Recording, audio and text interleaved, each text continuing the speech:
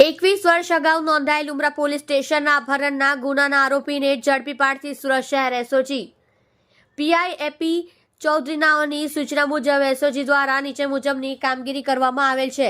એસઓજીના ટીમના માણસો સુરત શહેર વિસ્તારમાં પેટ્રોલિંગમાં હતા તે દરમિયાન એએસઆઈ બાબુભાઈ સુરજીભાઈ તથા જીતેન્દ્રસિંહ પ્રવીણસિંહ નાઓને મળેલ બાતમી આધારે પાંડેસરા તેરેનામ ચોકડી પાસેથી આરોપી રાજેન્દ્રસિંહ ઉર્ફે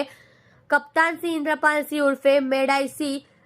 વૈશ્ય રાજપૂત ઉંમર વર્ષ 44 ધંધો નોકરી રહેવાસી પ્લોટ નંબર 182 પહેલા માળ રામેશ્વર નગર તેરેનામ ચોકડી પાંડેસરા સુરત શહેર મૂળ રહેવાસી ગામ ટંડસપુર ગ્રામ પંચાયત જગતપુર થાના બારાસગવર તहसील સુમેરપુર જિલ્લો ઉન્નાવ ઉત્તર પ્રદેશને ઝડપી પાડવામાં આવેલ છે।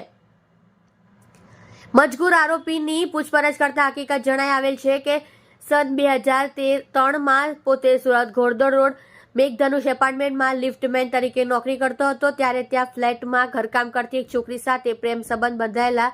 પરંતુ તેની ઉંમર નાની હોવાના કારણે તેમજ આ સંબંધ છોકરીના પરિવારવાળાને મંજૂર ન હોય, જેથી પોતે તે છોકરીને ભગાડી તેના વતન બિહાર લઈ ભાગી